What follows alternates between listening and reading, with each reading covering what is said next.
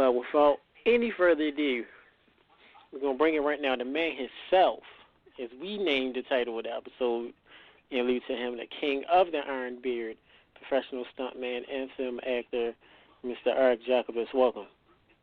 Hey, Tech. Hey, guys. How you doing? Thanks so much for having me on the show. Thank you. Hello. Doing well. Was that intro? Was that good enough for you?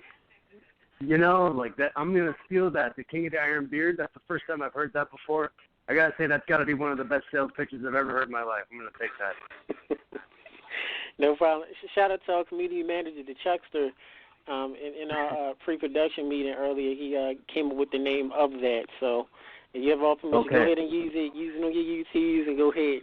That's all fine. Thank you. I'll give you guys credit for that one. That's a great title. Thank you so much. I'm excited to be on the show. Yes, we're excited to have you. And then, of course, in the Twitterverse, if you will, Twitterverse and all over our social media has been blowing up once we made the social media pitch today that you were coming on. Me and you spoke off air last week. We put out that you were coming on, and a lot of people definitely can't wait to hear your voice. We don't really get to hear you talk too much on your famous videos unless we see your short films, or we just see you do a lot of kicks and punches and flips and whatnot. But yeah, I tend to let my moves do the talking. Yeah. Listen, you're hailing from California, am I correct? Yeah, I was born and raised in Redding, California, Northern California, small town. Wow.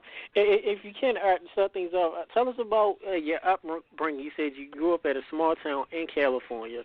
When you hear Cali, California, people automatically think of San Francisco, Beverly Hills, all of the commercial area of California. But talk to us about the area that you grew up in. Yeah, I mean, you could think of California almost as like 6 different states. I mean, you got the Bay Area, Silicon Valley, and then you got LA, but then you got this entire huge strip of the valley that goes up and down California. And I was born at the top of that valley, like near Oregon, actually. There's a whole, but the big old area up there. It's all agriculture, lots of small towns, and that's where I spent the first 20 years of my life. And to be honest, back in those days, there wasn't a whole lot of martial art, kung fu cinema, which is kind of my bread and butter now.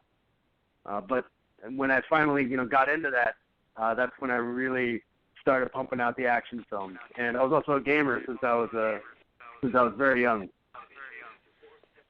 Oh, wow. Talk to us about your first experience or first memory of a young Eric of kung fu movies. It's funny. My first kung fu movie was probably one of the Pink Panther films. You had Cluzo and Kato, and they always had their epic fight scenes that they did in the house. And what was fun about those is that it was martial art comedy in the 70s, which was pretty radical at the time. I think a lot of us had seen Bruce Lee at the time, but nobody had seen funny martial art. And that was kind of the first time I had ever seen anything like that. And once I saw that, I thought, man, I mean, if someone like Peter Sellers, don't get me wrong, it's no easy task being Peter Sellers, but yeah, I kind of saw myself in that, where I thought, like, man, maybe I could do a funny fight. And then when I saw Jackie Chan and I started getting into martial arts, it started feeling more and more real, And I was also raised on a lot of vaudeville movies like Laurel and Hardy, Buster Keaton, Charlie Chaplin. I was kind of, not many people in my class knew what Laurel and Hardy were, but that's a lot of stuff I watched as a kid. And my parents thought that was safe when I was very young, but then I just ate it up, and I loved how these guys did stunts. They did acting. They were funny, and that's the kind of stuff I watched as a kid. Oh, well, thank you for that. What about far as you said you was a gamer? So talk to us about, and because we talk about pop culture a lot, video games and movies, as well as pro wrestling and MMA. Talk to us about your first experience in video games. I remember my parents bought me a Nintendo Entertainment System. I might have been 5 years old, and I remember I played the thing all day, My dad said, like, all right, that's enough Mario. It came with, like, Super Mario Brothers and Duck Hunt. And I was like, okay, I went to bed. And I got up late at night, right, just so I could go play it again. It was at Christmas, I think. I got up really late at night. I went out to go play it, and I saw my dad sitting there on the couch playing Duck Hunt in the middle of the night. And I found out later on that my dad always used to go to arcades and stuff, too. And that was a big part of my childhood, too, was the arcade, back when you had those things everywhere. And that's where I first saw a game like Tekken show up. And I think for a lot of us, back in that small town where I grew up, Tekken 3 was really the first time a lot of us saw martial arts to that extent. Like none of us had really known what capoeira was. And it was like you could play as all these different characters utilizing martial arts. And it was like finally geekiness and martial arts were really coming together at that point. Thank you for that. Everybody remember Tekken 3. Sure. They definitely do. I want to give a shout out to my mother, Mama Tech. And when I had an old NES, my mom used to stay up late at night while I was asleep playing Duck Hunt with the Nintendo gun. There you go. Now, did you own a fan question from James? Eric, did you own the Power Glove when you was a kid? Oh man, the Power Glove is one of it seemed like the coolest gift. I think everybody that year at Christmas, everybody had a Power Glove, and everybody had the same rude awakening, which is that thing sucked. It did. Like you put it on because we had all seen The Wizard, which was like an advertising campaign for the Power Glove. And we all put the Power Glove on. We spent 2 hours, 3 hours with our dads putting the sensors on the TV, which didn't work. And we're all trying to control a game with this stupid glove, and it didn't work. So we ended up just kind of wearing it around the house and playing, like pretending like we were playing games with it. But never really could play a game with that stupid thing. Do you still own the Power Glove today? Yeah, I still have one. It'd be kind of cool if you do a couple of your martial arts videos with the Power Glove in hand. Kind of give it a little life. Yeah, not a bad idea. You press each button and you do different moves, kick, punch, spin kick. That will be nice to do. Yeah. So with that, talk to us, Eric, about how you got started into martial arts yourself. I started martial arts. I did some when I was, about 12 years old, 13 years old. I started out doing karate. And but my main athletic endeavor when I was a kid was actually bodybuilding, weightlifting. Not bodybuilding so much. I asked my dad for a weightlifting set when I was 12 or so, and I really haven't stopped lifting weights since then. And I got into gymnastics too at a certain age, maybe like 13, 14 years old. And then I picked up martial arts again when I was 19 when I started making action films. And that's when I started doing Taekwondo. I moved to the Bay Area, and I started in Taekwondo, moved into Hapkido. And I've been kind of dabbling in a bunch of different stuff ever since. Now, how many arts of martial arts would you say that you know to this day or that you have mastered? Oh, I can't really say that I've mastered any martial arts. I mean, the only martial art that I've mastered is the Iron Beard technique, obviously. But other than that, I haven't mastered a single thing. Mm-hmm. And now talk to us about your stunt. When did you start becoming a stuntman and you start getting into the area of stunts and working on short films? I mean, I started out doing independent films back in 2001. There was kind of a small movement brewing online back then with groups like the Quoon and Zero Gravity.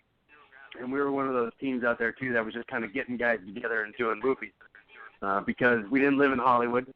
We were young, and we had the wherewithal to actually get a camera and some guys together and edit a film.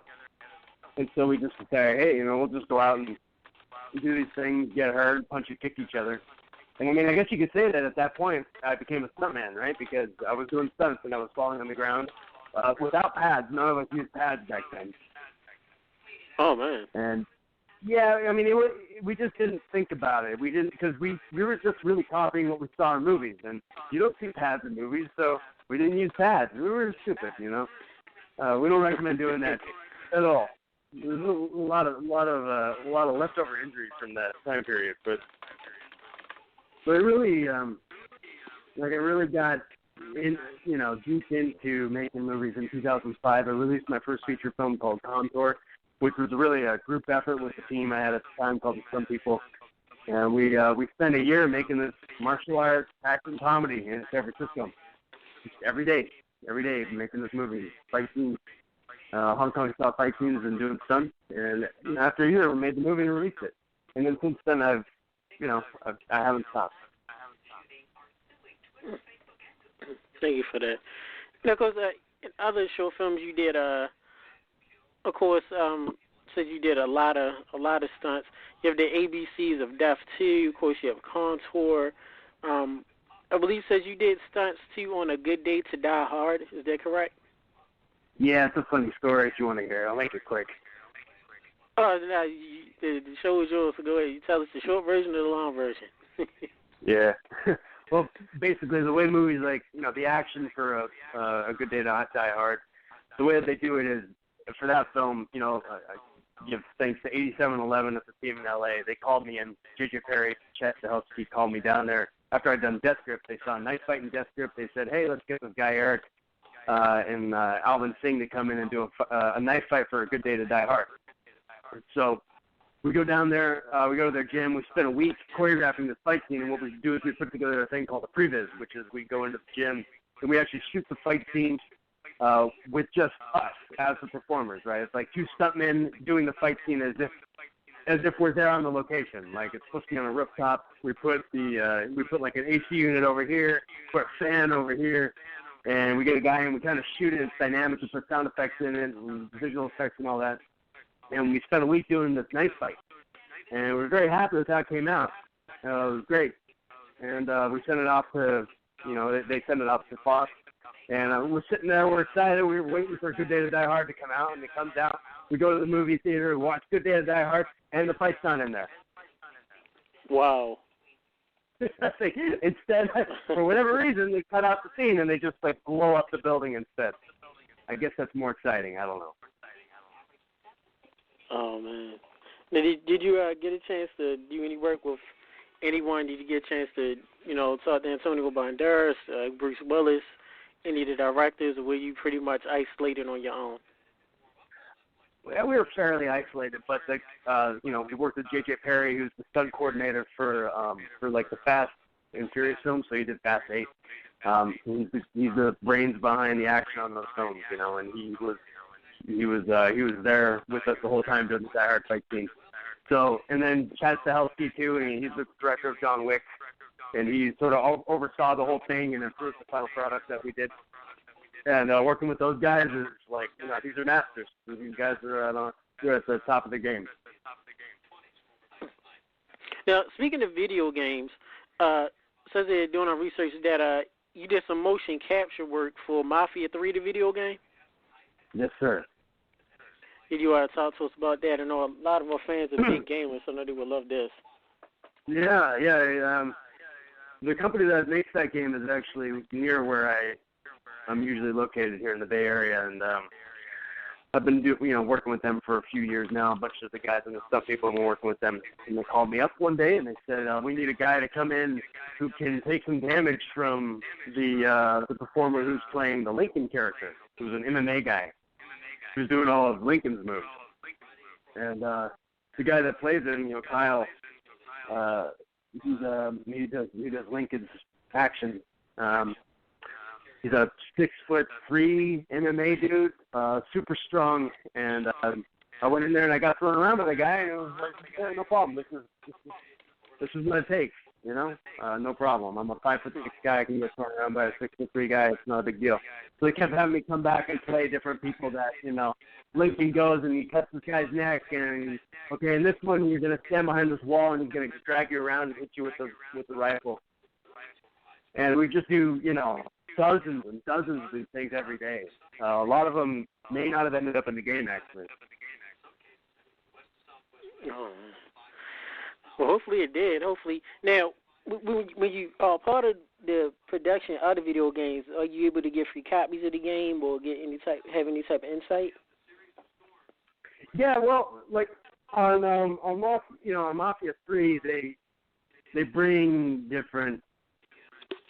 What basically, as a stunt performer, they a lot of the times will tell you, like, look, we've got a beginning. We need you to stand here. We need you to, for example, right? You have like a stealth sequence where Lincoln is going around stalking people. He grabs the guy from behind a wall and beats him up, and then like leaves him behind, right? And so what they'll come in and they'll say, like, they may not have an idea of exactly what they want to do for that move, but what they'll do is they'll say, well, all we really need you to do is start behind the wall, start in this position, and end over here. So let's figure out everything in between. And so it's a very like open discussion on how you get from A to B. And that's what made that project so much fun, is that that company was very open to ideas. Yeah, so hopefully for you, it won't be a repeat of a Die Hard, where you won't play the game or like, wait, my move's not even on here at all. A question from yeah, it's funny, like when you're looking at the game after you work on these things, they use so many animations, and there are a lot of people that do these things too. Like, I'm not the only stuntman on that game, and there are a lot of stunt guys on that game too. And so, like, a lot of the time you see someone getting knocked out in the game, and as a stunt guy, you're looking at it going, like, was that me? Like, was that me? Was that the stunt guy number 2? Was that number 3? Yeah, exactly. Now, before we get to our fan questions and our staff questions, since you're into stunts, you've done stunt work for movies and for video games, do you look at video games and movies differently when you see the fight scenes, you see the choreography, or can you still look at it as a fan? It's hard sometimes to back away from a game or a movie and really appreciate them for what they are. In a sense, you can actually appreciate them even more than you may once have appreciated them, right? So, for example, I used to think that Michael Bay movies are just stupid, right? But then I worked on, I've worked on a couple projects I haven't worked on a Michael Bay movie, but I've worked on big projects, and I see what it takes to get things done. And the stuff that Michael Bay gets done, these are amazing things. And it takes a lot of work. It's a huge coordination effort, and there are no injuries, by and large. And it's amazing that these things ever get done. And so it almost gives you like a new appreciation of these films. Well, you mentioned you're not a fan of Michael Bay. I shout out to my baby sister Chris, who we have a big joke. She loves Michael Bay. I'm not a big Michael Bay fan. I'm not a big fan of the movie Armageddon, and we always joke about lens flare. And every movie Michael Bay has is that tremendous amount of lens flare. Are you now a disciple of Bay? Are you now a Michael Bay fan, or are you still not a fan of his movies? He's like any director, I think. He makes a product that sells very well, and you have to give him credit for that. Maybe the movies are a little bit simple, but he does tackle kind of things that are, like he throws, like the human parachute guys in the new Transformers movie. That's impressive. And I think that when you undertake those kinds of stunts, like wingsuits, that's what they're called. The guys that jump out of the tower using wingsuits and then fly into New York, that's impressive stuff. Oh, okay. And I don't go out and watch every Michael Bay movie, but it's just now seeing these things, you have a new appreciation for these things when you actually are working behind the scenes. Oh, man. Thank you for that. We do have a tweet. We do have a tweet from a fan, from a listener. His name is @Johnny Corvido.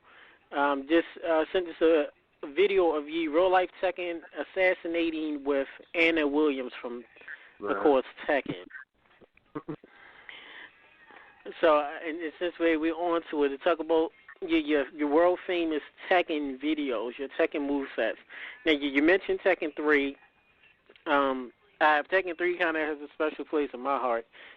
When Tekken 3 came out, back when it was still arcades, you remember that was around the dying days of arcades, when arcades was just dying that slow death. Me and my father actually was at an arcade, and we played Tekken 3. I used the actual, what's his name, Mojuken, the little log dude. Mokujin, yeah. Tekken, I can't say it. Mokujin, yes, I love Tekken. I use Mokujin, and that's my father, because I don't play video games at all. He went ahead and used Paul Phoenix, and my father kept using the same punch. So he actually beat me the first 2 rounds, and then I went ahead and beat him twice. So that's my first memories of Tekken 3, beating my father in that. And after that, arcades died, and there was no more arcades here. You must have known, though, that Paul Phoenix is the ultimate spam character. I think your dad may have been playing a lot more Tekken than he let on. Yes, probably so. Because my father's a cop. He doesn't play video games at all. I'm going to give you Mojo Cannon, just beat him. Nope, not at all. You probably had you gotten up at night, late night, one night, you want to gone down to the garage, you would have found him behind the car. He's got his own Tekken arcade game down there, and he's playing, and I'm going to beat my son. You got to know who's the boss. My father probably did know more than I thought. I mean, knowing that you could spam, definitely with Paul Phoenix. Speaking of Tekken 3, we'll get to your videos. A lot of questions. Eddie Gordo. It's in the video game world, whenever someone is spamming, or you have a character that decides that you have someone that doesn't know a game, and they pick a character and they just keep spamming them. One of my good old brothers, NSC Gameboy, is a professional gamer. Call it the Eddie Gordo. Any fighting game, like you're doing an Eddie Gordo. What are your thoughts on Eddie Gordo as a character? Some people hate him. Some people love the character. What are your thoughts? Man, that guy pissed me off. I thought I was really good at Tekken until people start using Eddie Gordo against me. And I was like, damn, dude, I'm nothing now. Like, that's when you had combo chains with that guy. It was like, oh, shit, man. I thought I was really good at Tekken 2. Really good. Like, Lei Long was my guy, and I was winning all the time. And then Tekken 3, Eddie Gordo just ruined it all. Yeah, so we go on record here, live, that you are a hater of Gordo. You do not like Eddie Gordo at all. I didn't say I hate Eddie Gordo. Do not put that on record.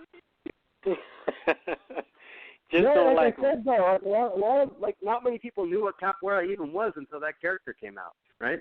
I mean, other than that, we had, Only the Strong, that movie with Mark Dacascos? Yeah. Other than that, man, nobody knew what capoeira was in most places. Eddie Gordo, you got to give Harada credit for that. Yes. Well, with that being said, it's true. And that being said, with Tekken, talk to us about, when did the origin come up for you to start doing and reenacting the Tekken movesets? Yeah, I did this video called Dictionary 2.5, 3 years ago, where I thought, maybe I thought, what if I just did every kick and then just put a name underneath it and just did them all and put it in a video and put it to music or something. So I released it. It's called the Dictionary. You can watch it on YouTube. Like a dictionary, but for kicks, right? Dictionary. Anyway, I was doing that, and then, it was like 200 different kicks. And a lot of them are made up, but a lot of them I found from video games. And then when I was doing the second one, I was looking for more kick inspiration because I was kind of running low. And I was watching Tekken videos, and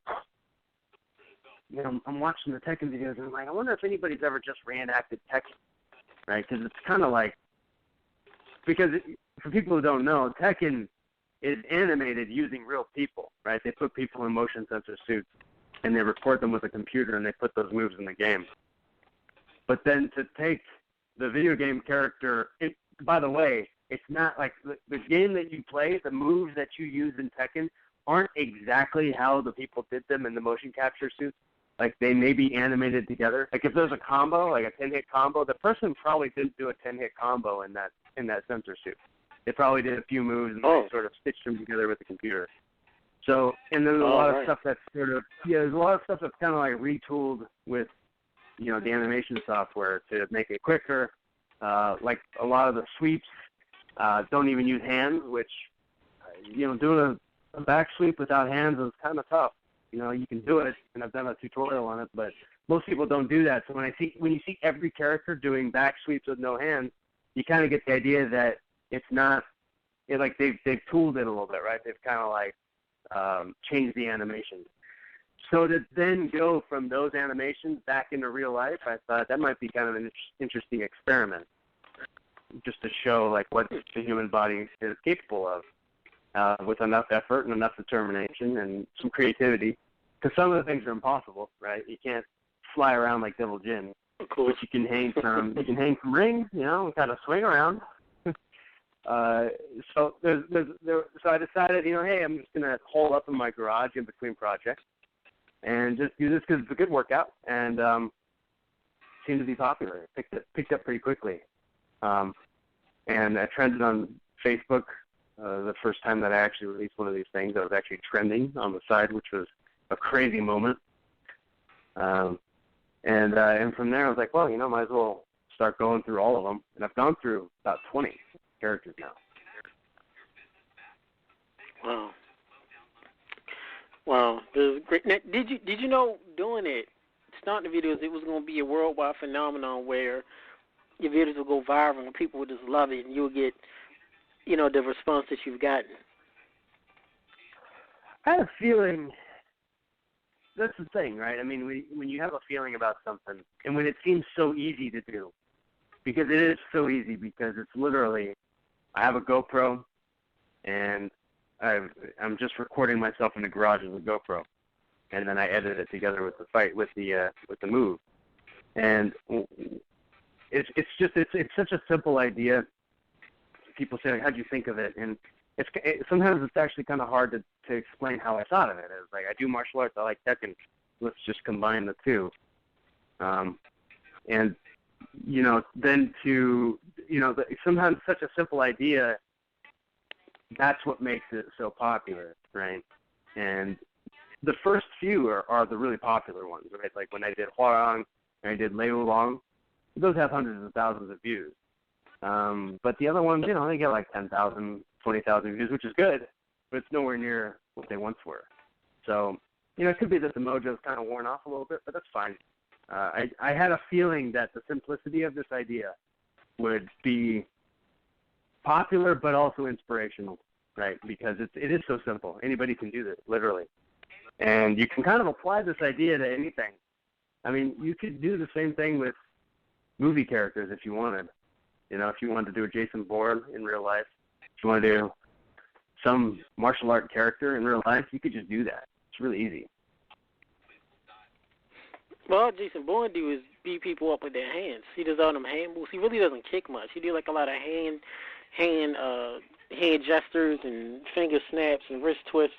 So I don't think that would be too hard to do. What you think? I don't know. I mean, again, it's just it really depends on like what pop culture nerve are you hitting, right? And it was that combination of tinkering in the garage with gaming that I think that's what made the Tekken videos so popular. Because Tekken is also, it's kind of a martial artist fighting game in a way, right? It's not fireballs. You're not using weapons. It's just fighting, and there's nothing really supernatural about it for the most part. And so maybe that's the combination that worked. Had I done Street Fighter in real life, it would have been a different kind of outcome. It would have to be different. I couldn't be just doing the moves necessarily. It's a totally different beast.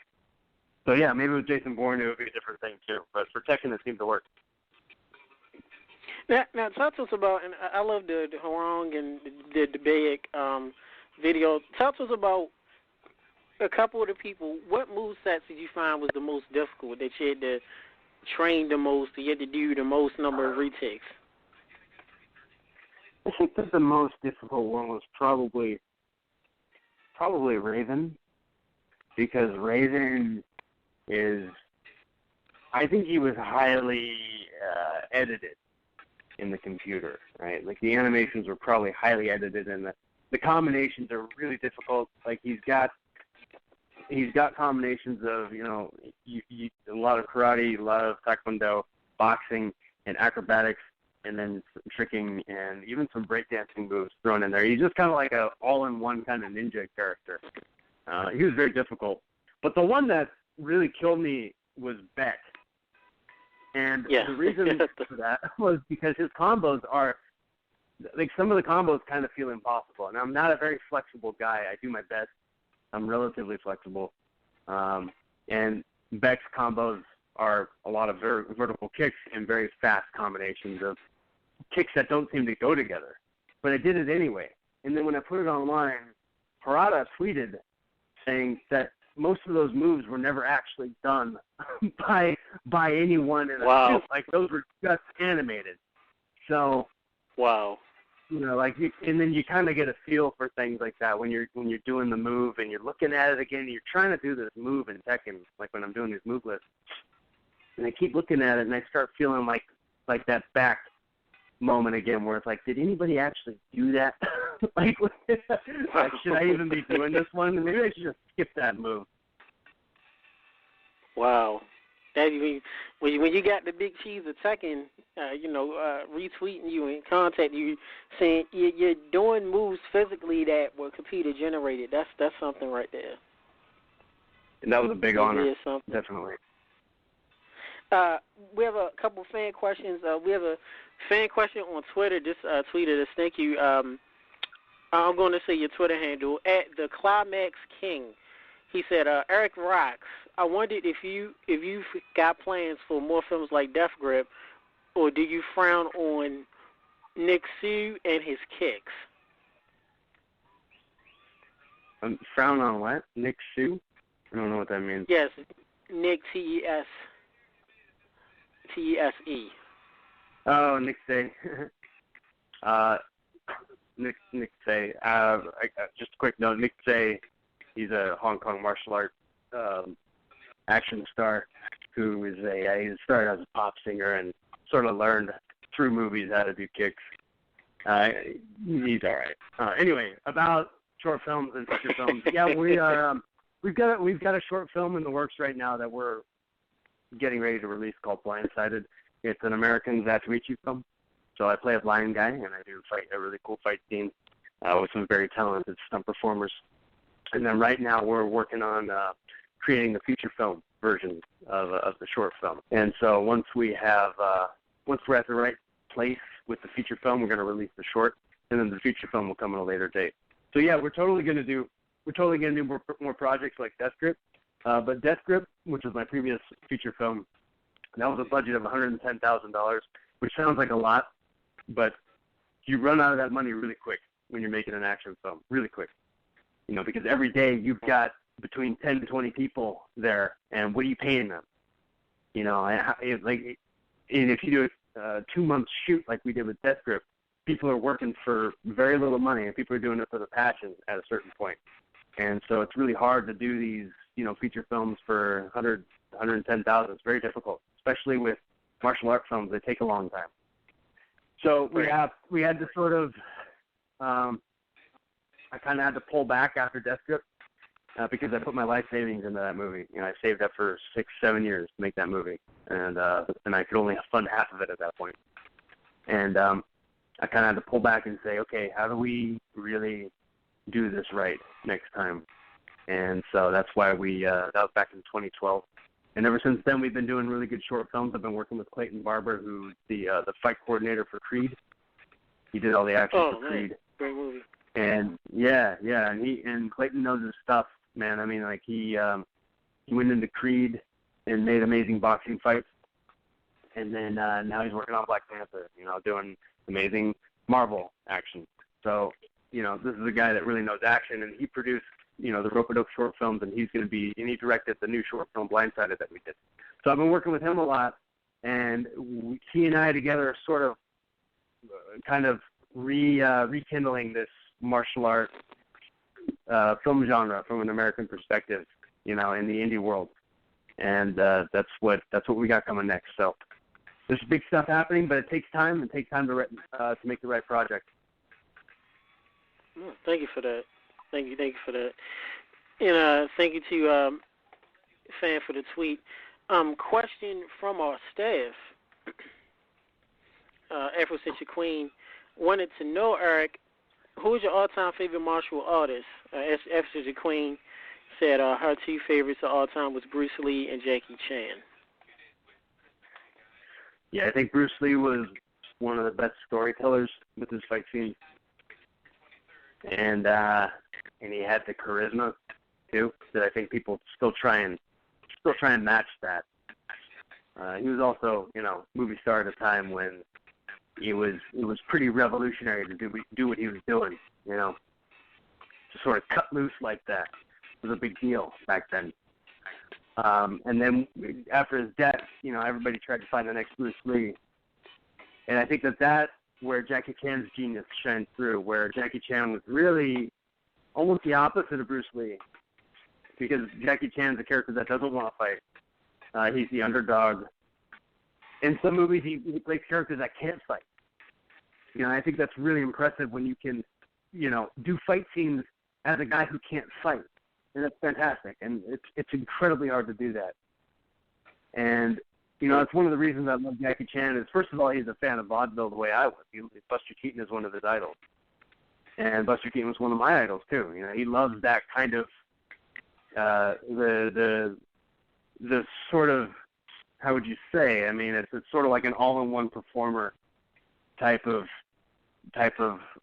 star, right? Because he's doing his own stunts, he acts, he's writing, he produces, he does all that stuff, and he doesn't really move the camera too much. He doesn't hide things with editing. He just tells the story through his body, and wow. And I think that's what makes him my favorite personally. I find, I see myself in him the most. Right, because I've always been the guy who doesn't want to fight. I have the potential to easily. I can do it, but I don't want to, and I've never had to.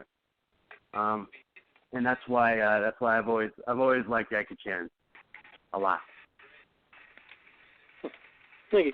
Now, of course, questions we get all the time from fans wondering, with you being the great stuntman that you are and being into martial arts, they got to know your thoughts on other famous martial artists in movies, such as Jet Li. You have Michael Jai White.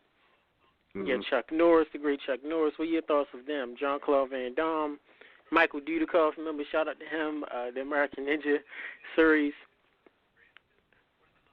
What was your thoughts? A lot of these guys, like you look back at the '80s, right, and you look at Van Damme, for example. He's a great one to talk about, or Chuck Norris.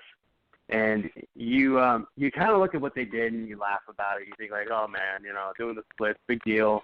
Roundhouse kick, big deal. Like it's easy to look back and kind of be cynical about it, right? And say, oh, anybody can do that. But no, not anybody can just do that. It's not that they did those moves necessarily. It's that they had charisma, right? Like they hit a nerve at the time, and they were very smart about that. You can't just regurgitate the same thing year after year after year. Van Damme was something brand new. All these guys that were major action stars, Arnold Schwarzenegger, even though he wasn't a martial arts star, he was an action star. He was something new, and he hit a nerve, and he had charisma around him. Like there was something about him that people really gravitated towards. Like it's a combination of, the big physical, the strength of the person, his physical ability, whatever it might be, or even their acting ability. When you look back, it's very easy to be cynical about these guys, but you really have to understand how hard it is to pull off that kind of charisma. And maybe it's harder now. I'm not sure. It seems like not many people are really pulling that kind of charisma out anymore. You have Scott Adkins doing martial art films. You got Michael Jai White. But it's not like it was back then. I don't know if it's the nature of the market now. I'm not sure. I haven't been able to figure that out exactly. But I think my favorite guys in the '80s were like I ate Van Damme movies up. I ate up every one of those movies at our movie store. Like we didn't have Hong Kong action movies. We had Van Damme, and we had right. we had Cynthia Rothrock, and we had Arnold, and we had like that, that kind of like 80, that slew of 80s characters, and we watched every one of those things, and yeah, those are definitely a huge influence by far. Thank you for that. Now, of course, are you a favorite? One of my favorite martial arts movies to this day is Bloodsport. Bloodsport 1 with Jean-Claude, not Bloodsport 2 and Kickboxer 2 with Sasha from Step by Step. What's your favorite Jean-Claude movie?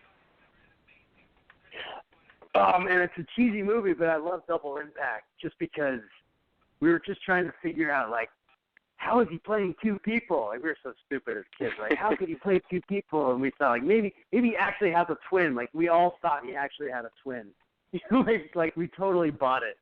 I love that movie. It's cheesy, but that's a great movie. It's some really iconic scenes in that movie too, like the one in the dark with the guy with the spurs. Yeah, that's one of my favorites for sure. Oh man, what about Chuck Norris, the great Chuck Norris, and the Chuck Norris facts? Your thoughts on Chuck Norris? I think like some of Chuck's first Chuck, I talk about him like I know him. Chuck Norris's early films, he was actually really quick, and you watch his old kickboxing fights. That guy could move really quick. It almost seemed like he toned it down later on. I'm not sure why, but maybe age. Like if you watch, I don't know. I mean, maybe, but then you watch some of his training videos from the same time, or like his infomercials where he's demoing martial art equipment and stuff like that. The guy could still move really quick.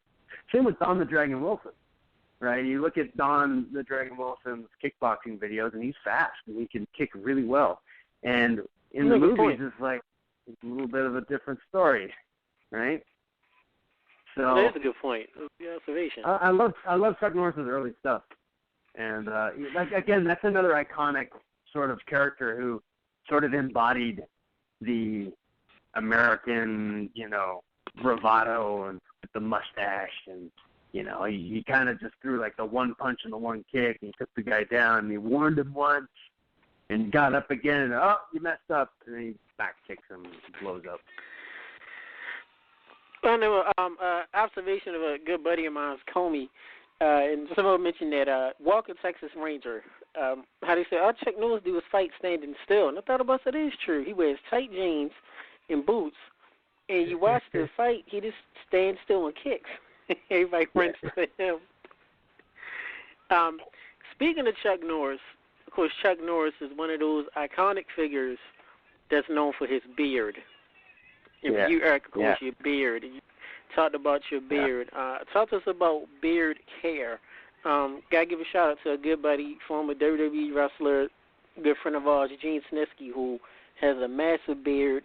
He does do a lot of endorsements for beard products, for the beard championships. So you being a beard connoisseur, talk to us about proper ways to take care of your take care of your facial hair and your beard. Right. I get an itchy, my skin itches sometimes. I think I have dry skin, and if I soap, it gets worse. So I think a lot of people have this problem where they get like a pimple in their beard, and they pick it, and then it gets worse, and then it gets bigger, and then it becomes a scab, and you pick the scab, and then the scab, like if you have a beard, you deal with this all the time. And my solution has basically been to not wash with soap, right? Don't wash with soap. Don't wash your beard with soap. I don't even wash my face with soap. You can use other kinds of things, but you don't want to wash away all the oil on your skin. That's generally, you shouldn't be doing that. That's my opinion. It's my scientific advice for the night. And if you're going to go for some kind of beard care, go for something that moisturizes your skin but doesn't strip away oil. And if you want the simplest answer for that, baking soda and water is a great way to clean your skin underneath your hair. I use it for shampoo, and you can use it for your skin underneath your beard. Or you can try and find some other product. But if you just want to go basic, I would go for baking soda and water, and then you can moisturize with apple cider vinegar and water as well. Thank you for that. Now, what do you... Fan question. Eric, do you have any advice for men that may be a little depressed that they can't grow a full beard? Oh. Advice, what can I tell you? I mean, look, think of it this way: when you kiss a girl, right, and I call it the rash stubble, right? So like you shave, right, and you got like stubble, and the stubble is manageable for a girl who's gonna kiss you. But then after like 2 weeks, it gets to the point where it's like a pincushion. And there's that period for like between 2 and 4 weeks where women hate kissing you when you're growing your beard out. So just know that like if you don't have really thick facial hair, you may not have to deal with that as much as guys who have a full beard. I don't know if that's any consolation, but it's something that I've run into a lot in my life, and it's kind of like sometimes when I shave, I'm like, okay, honey, you're gonna have to put up with this for 2 weeks and a little bit here. So, thank you for helping out Brother Brian from Tennessee with his anytime. Yeah, with his I guess he can't grow a full beard or must be some kind of Rogaine out there that's going to be coming out soon for beards, right? Oh yeah, for the beard. But you know now, Eric, they have something now. My girlfriend showed me this video, and my media assistant Saltine. They have something called lace fronts for men. So for men that are balding on top of their head or they're losing their hair, they actually have lace fronts where you can go to the hairdresser. And shout out to Mama Tekla laughing in the background. And it's seriously, there's videos of if you're balding on top, there's lace fronts, and they actually can, give you hair on top. So maybe they can do that with beards. Yeah, you'd think. Yeah, man. Actually, I am told they do. They do have, I'm not sure what it's called. Thank you. Someone just let me know on Facebook that they do have technology now for people like Brother Brian from Tennessee that can't grow beards, and they could actually put it on to give you a fake beard. So that's okay, well, then the beard justice for all. I'm beard for it. justice for all. Hashtag beard justice for all. Speaking of beards, I want to let you know, since you're known for your beard, I want to give you a history. Famous beards of the world. Somebody was sending me, since a lot of women love your beard, if you're not sure on that.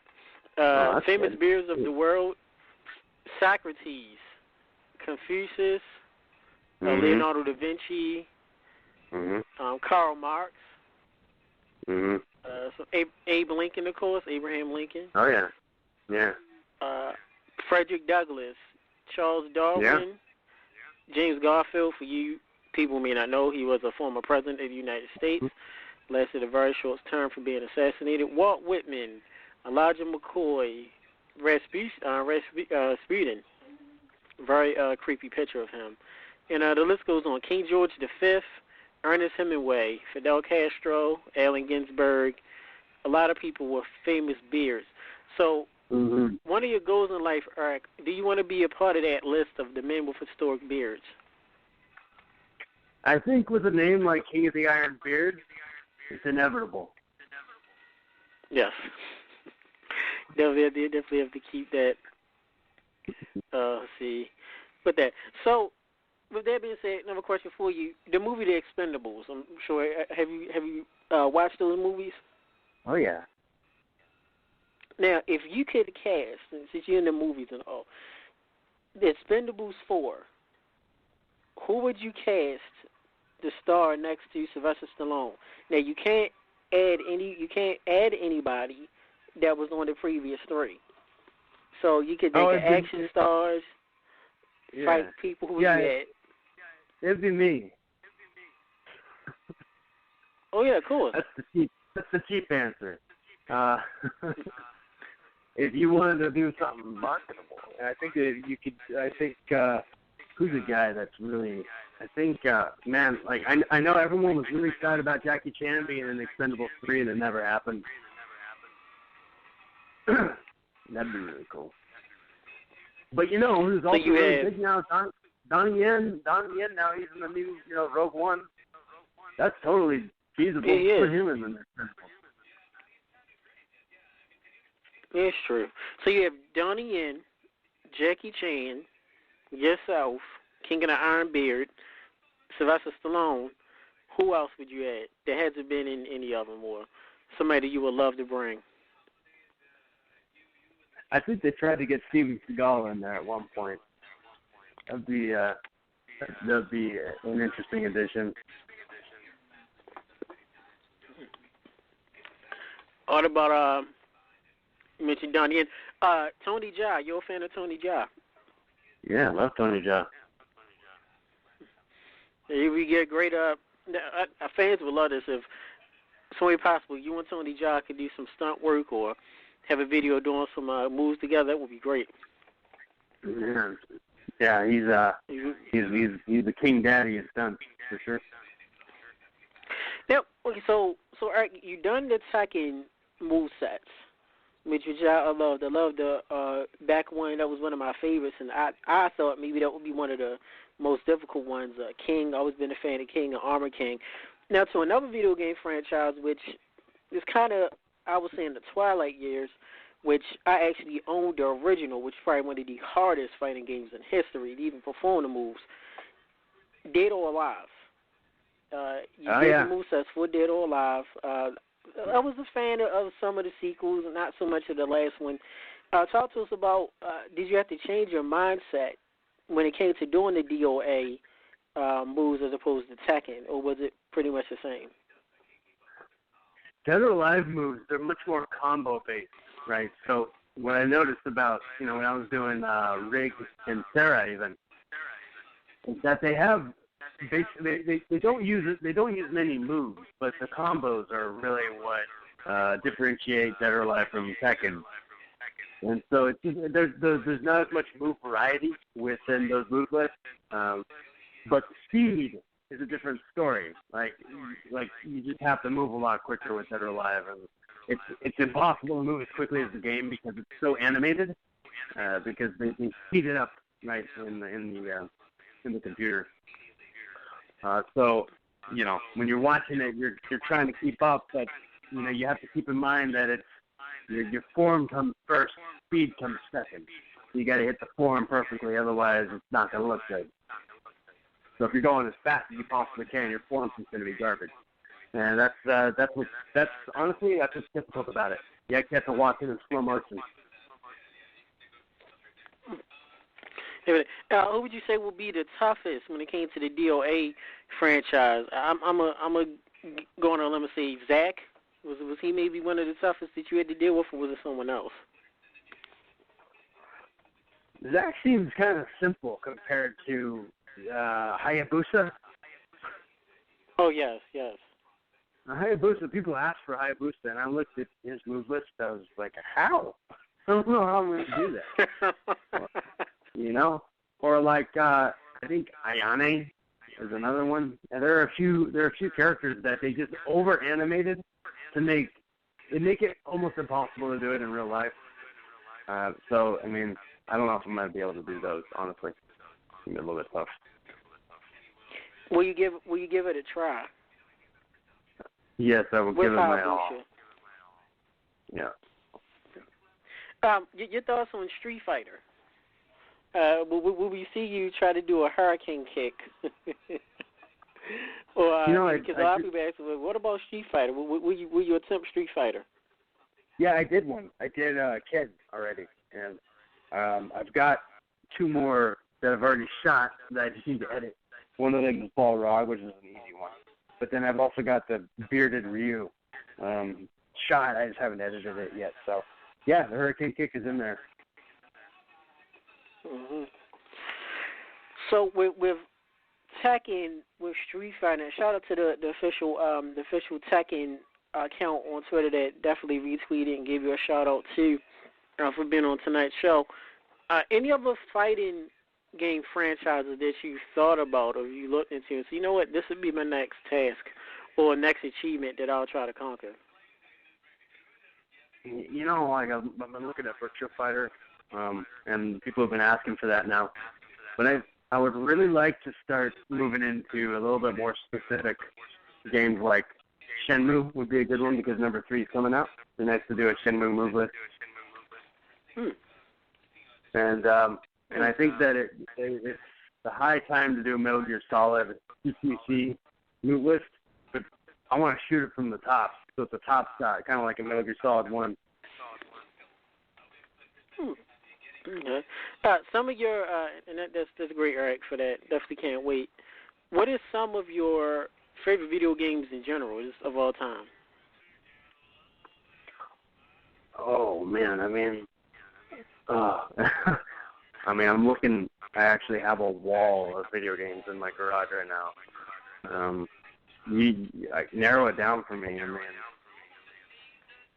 I was kind of known as the kid that had all the weird video game systems too. I had the normal ones too, but I always bought the weird systems as well. So have you owned a Virtual Boy? I never owned a Virtual Boy. That was one thing I didn't buy. That was a weird one. It killed your eyes. Yeah. Killed your eyes. But I had a Sega CD. One of my favorite game systems was a Sega CD, actually, which is weird. But, that was a CD drive that you stuck underneath your Genesis. Shout out to my baby sister, Chris. She said to us, I love Michael Bay. Hush your face, big bro. Hashtag lens flare. She says, my mom still kicks my butt in Tekken to this day. Smug face emoji. So, love from Michael Bay, definitely. Right. Are you looking forward to Tekken 7? Yeah, I played it. It's great.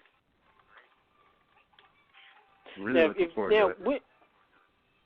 So for those who may not have played Tekken 7 or may not get a chance, if you can, in your perspective, compare Tekken 7 to Tekken Tag 2 to Tekken 6, how was it different, good or bad to you?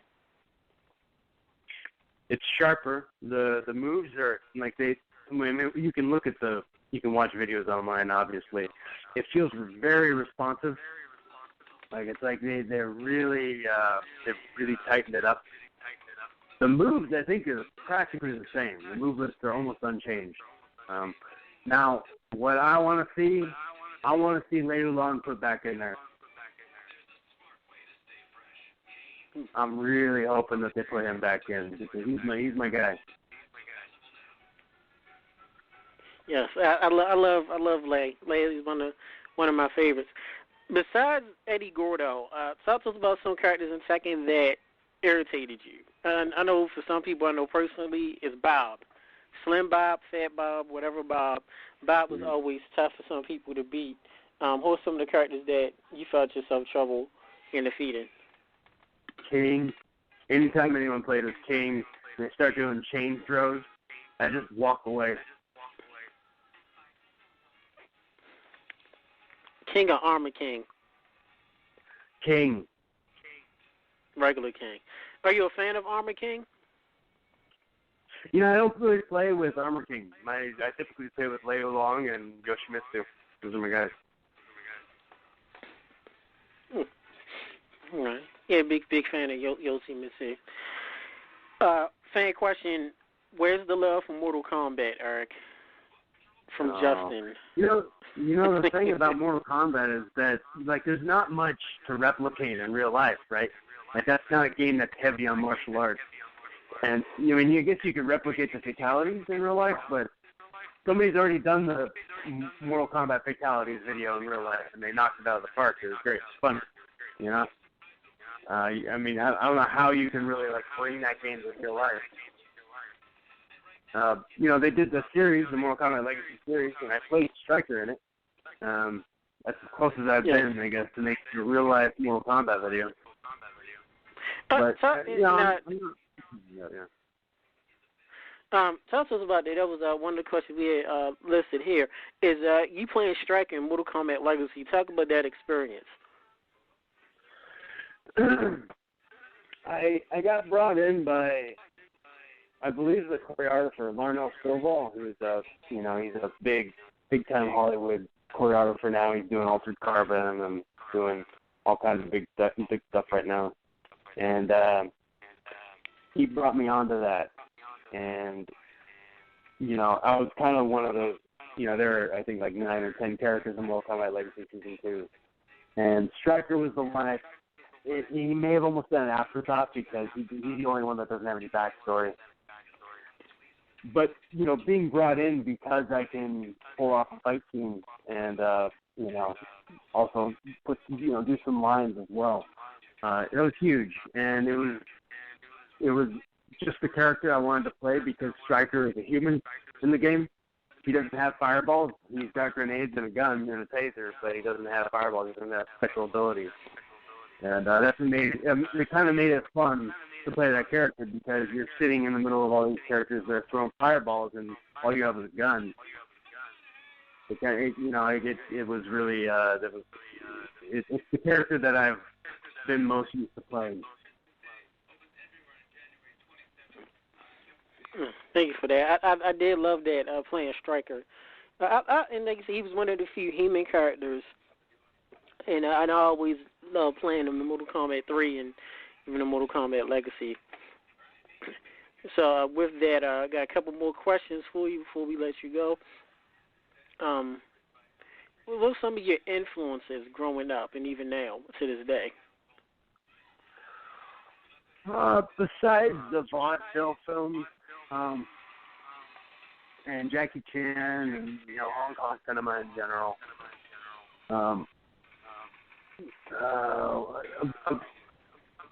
A big influence also.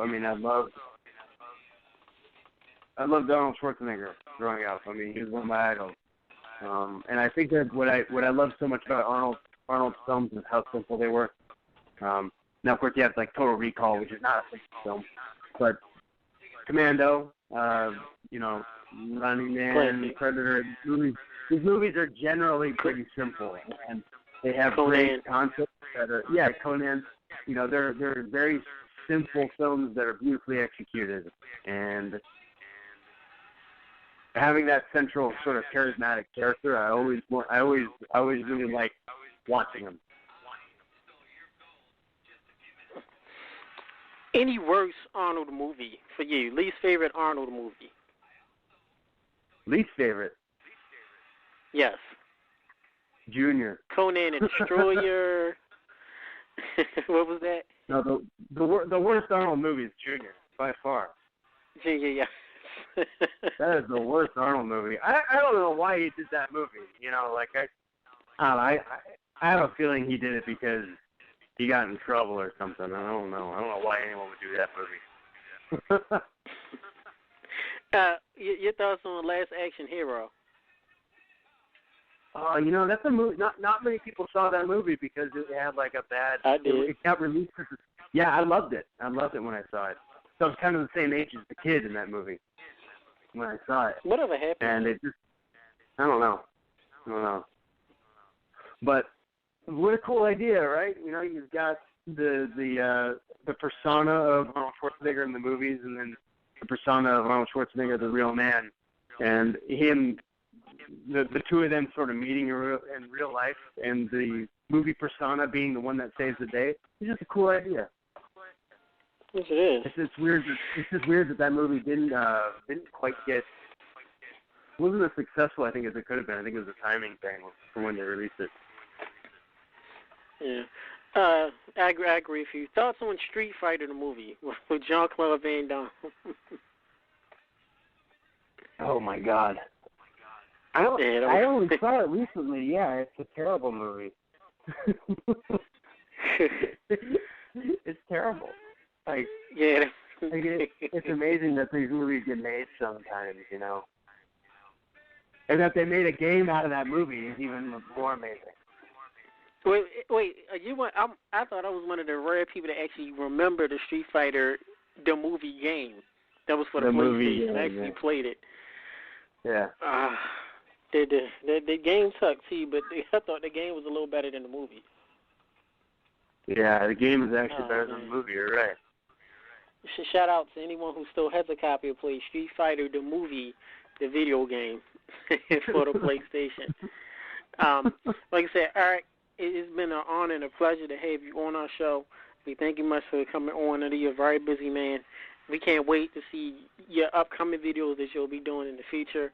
The last segment we did, we call it the plug party, which we're going to go ahead and let you plug away at upcoming appearances, upcoming videos. Of course, we didn't get to your website where you have your short films for sale and your merchandise. Go ahead and let us know how to get a hold of all of that.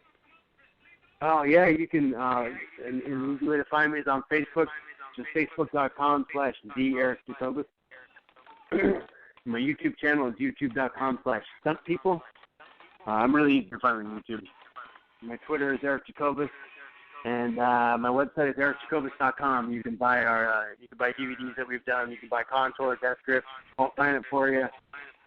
And that money goes straight into the next budget for our films. Yeah, we've got next film here coming out is Blindsided, so keep an eye out for that one. Yeah, we cannot wait for Blindside to come out. We will definitely be in touch off air, so we can link up and do a part 2 with your interview, and we'll definitely be purchasing some of your movies so we can watch it and do our YouTube reviews, which will start next year, and then we'll mention you as well. But Eric, it's been an honor. The King of the Iron Beard, your official nickname. Heard it here first on the Met Radio. Thank you for your time. Thank you, Tech. I really appreciate it. I appreciate everybody on the staff. Thanks for having me on. No problem. Thank you. Everybody, that was world professional stuntman and actor Eric Jacobus joining us. Man doesn't do interviews very often, but we thank him for gracing us with his presence. Nickname entitled, his name officially, guys, is the King of the Iron Beard. And got to give a shout out to the Chuckster, our community manager. Thank you for that nickname. Shout out to the Chuckster, who apparently was able to join us tonight. Originally he was able to, but I know he's definitely listening. So shout out to you, Chuck, for the great title.